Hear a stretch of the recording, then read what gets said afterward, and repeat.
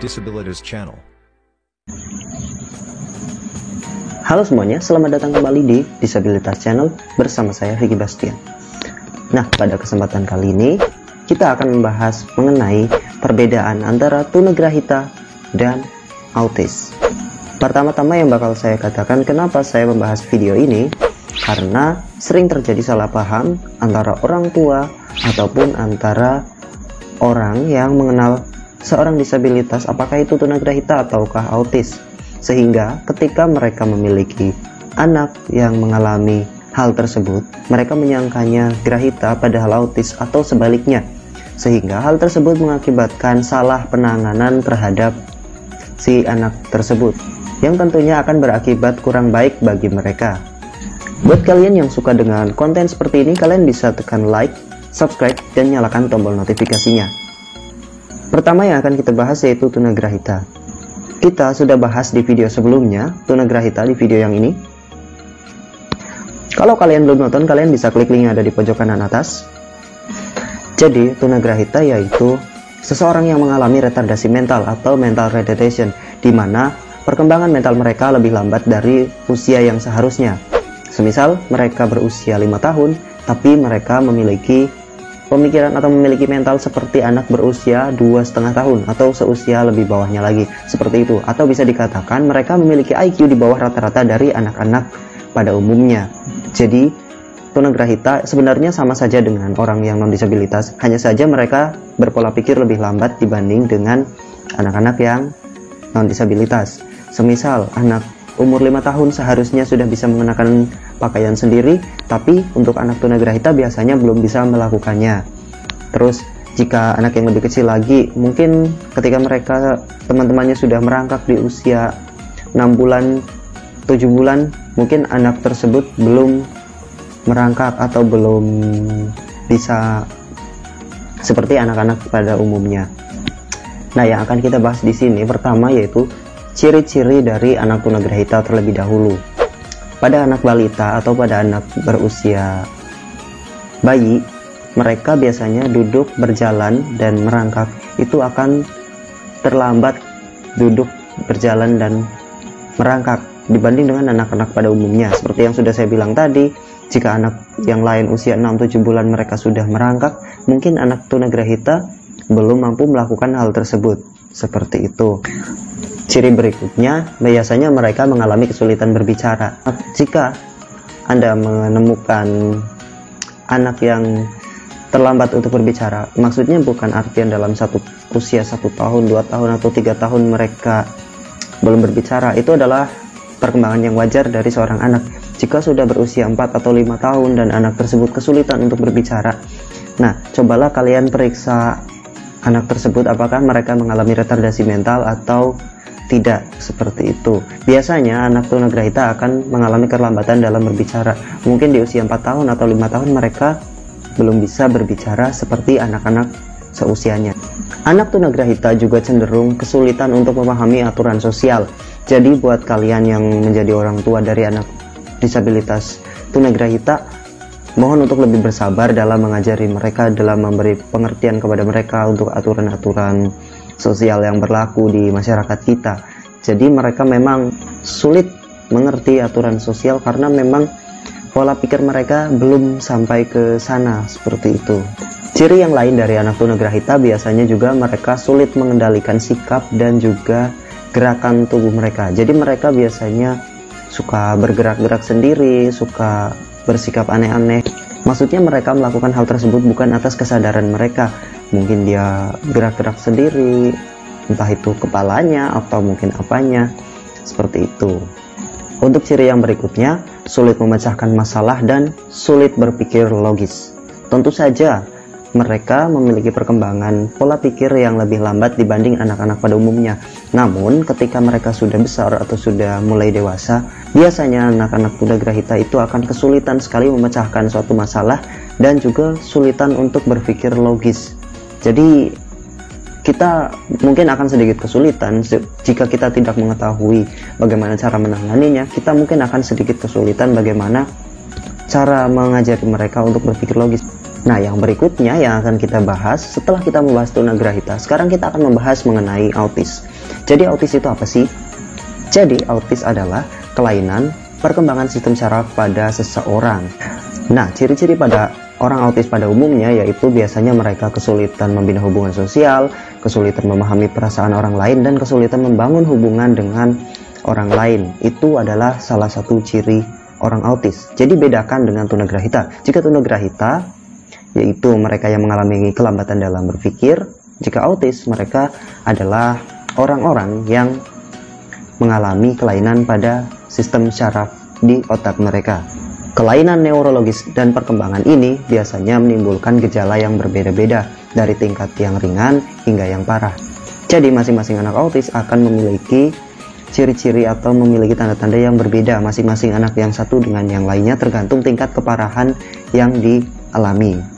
Nah, gejala pada anak-anak bayi dan anak-anak kecil biasanya mereka tidak merespon ketika dipanggil nama mereka. Semisal kalian memiliki anak yang autis, ketika kalian memanggil nama mereka, mereka tidak merespon panggilan dari kalian. Terus yang kemudian, mereka menghindari kontak mata dengan kalian ketika berbicara. Jadi perhatikan putra-putri kalian atau perhatikan anak-anak yang mungkin kalian anggap autis atau mungkin kalian anggap anaknya kenapa kok mungkin aneh. Nah, biasanya itu adalah salah satu ciri-ciri dari autis. Ciri berikutnya pada anak autis, biasanya mereka tidak tersenyum ketika kalian tersenyum kepada mereka. Nah, seperti yang saya bilang tadi sebelumnya, bahwa anak autis itu sulit memahami perasaan orang lain atau sulit menjalin hubungan dengan orang lain. Ketika mereka masih kecil atau masih anak-anak, mereka biasanya tidak tersenyum ketika kalian tersenyum kepada mereka. Kemudian yang berikutnya, biasanya mereka sering melakukan gerakan yang berulang, seperti halnya mengepakkan tangan, terus menjentikan jari seperti ini, atau mereka mengayun-ayunkan tubuh. Nah, biasanya orang-orang yang semacam itu, anak-anak yang semacam itu maksud saya, biasanya memiliki gejala mengalami autisme. Jadi perhatikan juga apakah anak-anak yang terdekat dengan kita mengalami hal tersebut. Mereka sering melakukan gerakan yang berulang seperti yang saya bilang tadi, mereka mungkin mengepakkan tangan atau menjentik-jentikan jari secara berulang-ulang terus menerus, atau mereka mengayun-ayunkan tubuh mereka. Kita sebagai orang terdekat mereka harus memperhatikan perkembangan dari anak-anak tersebut.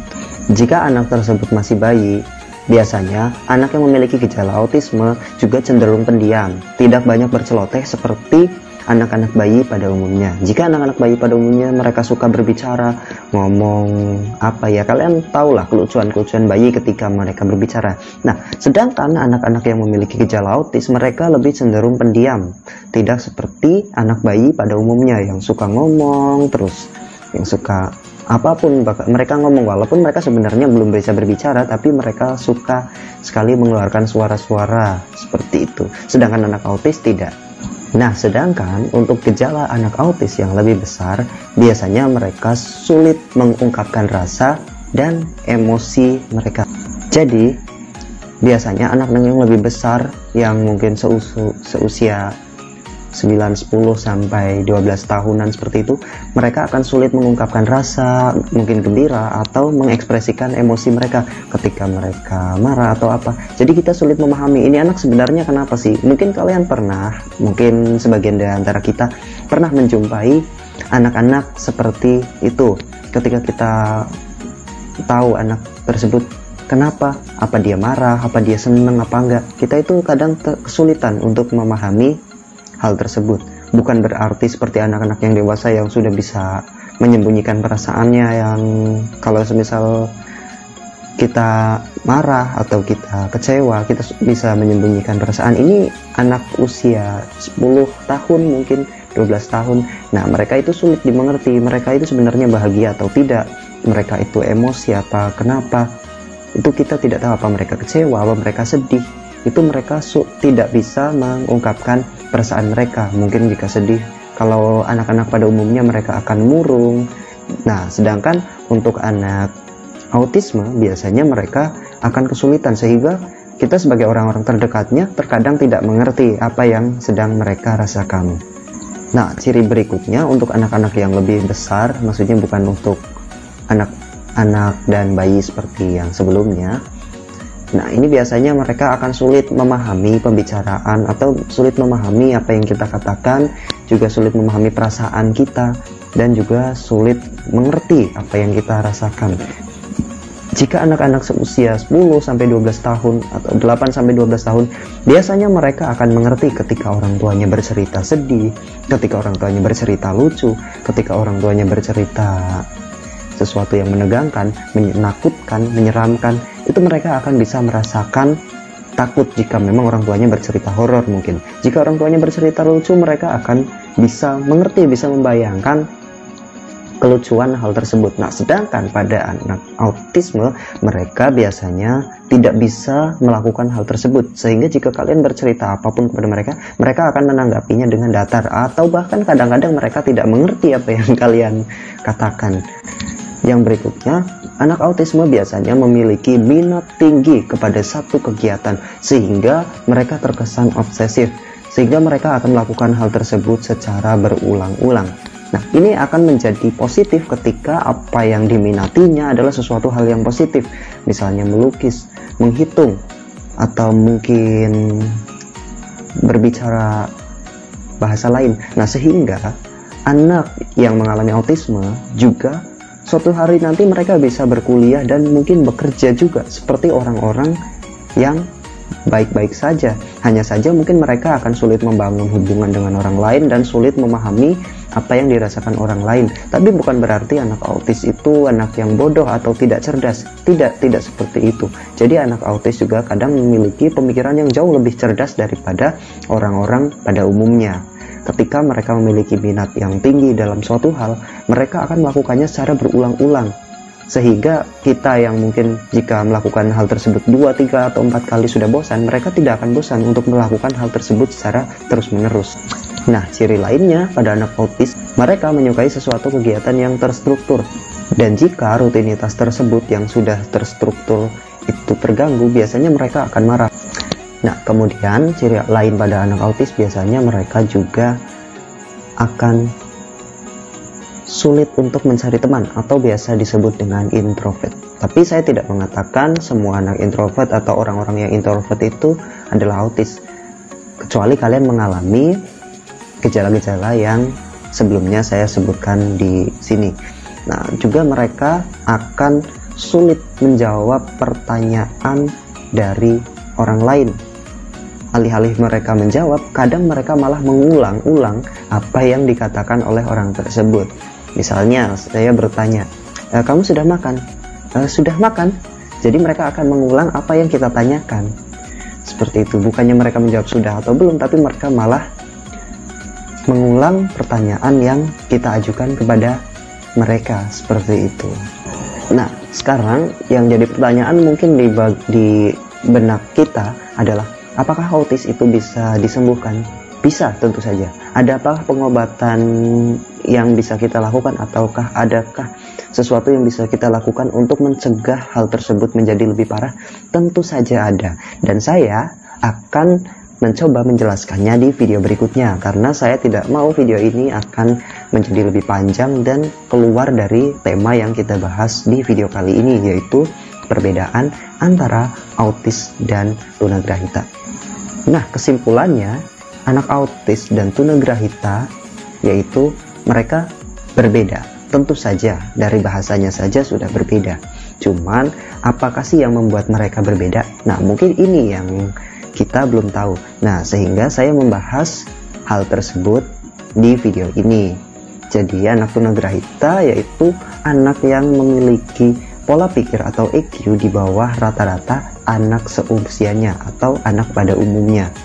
Jadi mereka akan mengalami keterlambatan dalam berpikir, dalam belajar, dalam melakukan hal, dan juga dalam berkembang seperti anak-anak pada umumnya. Jika anak 10 tahun atau anak 5 tahun yang non-disabilitas, mereka sudah bisa berbicara dengan baik, sedangkan anak tunagrahita biasanya belum bisa melakukannya. Nah, sedangkan autis, mereka adalah anak yang mengalami kelainan pada syaraf di otak mereka. Tapi bukan berarti anak autis itu mengalami gangguan kejiwaan. Tidak.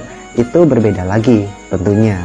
Nah, jadi anak autis itu hanya mengalami kerusakan atau mengalami kelainan pada saraf otak mereka, sehingga mereka pun cara berpikirnya juga pasti berbeda dengan kita, seperti itu. Sehingga butuh penanganan khusus, butuh cara menangani yang memang khusus untuk anak autis, seperti itu.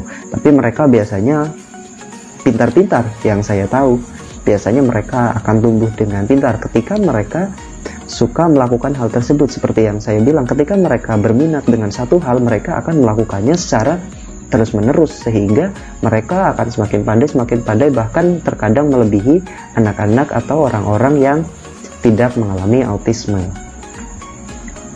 Nah, semoga video dari saya kali ini bisa membantu dan bisa memberikan pengertian yang cukup bisa dimengerti.